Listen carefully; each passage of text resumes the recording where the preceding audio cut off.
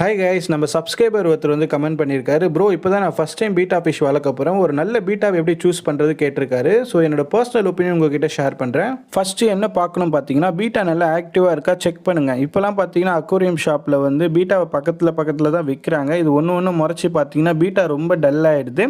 இதனால் வால்லாம் ரொம்ப சுருங்கி போயிடுது. ஸோ இந்தமாரி பீட்டாவை நீங்கள் சூஸ் பண்ணாதீங்க. ஸோ ஃபிஷ்ஷு நல்லா ஆக்டிவாக இருக்கா, பக்கத்தில் இருக்க மீனை பார்த்து நல்லா முறைக்குதா, நம்ம விரலை வச்சா நம்ம விரலை பார்த்தே அது முறைக்கணும். ஸோ இந்தமாரி மீனாக இருந்தால் நீங்கள் தாராளமாக வாங்கலாம். நெக்ஸ்ட் பீட்டாவோட சைஸு. நிறைய பேர் பார்த்தீங்கன்னா ஒரு 100 ருபீஸ்க்கு ஒரு ஃபுல் மூன் பீட்டா வாங்குறோன்னா அதில் எது பெருசாக இருக்கோ அதை தான் நம்ம சூஸ் பண்ணுவோம். அந்த மாதிரி பீட்டா ஃபிஷ்ஷை வாங்காதீங்க. ஏன்னா கொஞ்ச நாளே பார்த்தீங்கன்னா அது வால்லாம் சுருங்கி போயிட்டு மீன் ரொம்ப தொங்கி போயிடும். ஸோ பிகினஸாக இருந்தீங்கன்னா ஒரு மீடியம் சைஸ் பீட்டா வாங்கினீங்கன்னா கரெக்டாக இருக்கும். அதுக்கப்புறம் அக்வேரியம் ஷாப்பில் இருக்க பவுல்லையும் சரி டேங்க்லையும் சரி பீட்டா ஃபிஷ் நல்லா ஆக்டிவாக இருந்து அதுலேயே பபுள்னஸ் கட்டி இருந்துச்சுன்னா அந்த பீட்டாவை நம்ம தாராளமாக வாங்கலாம்.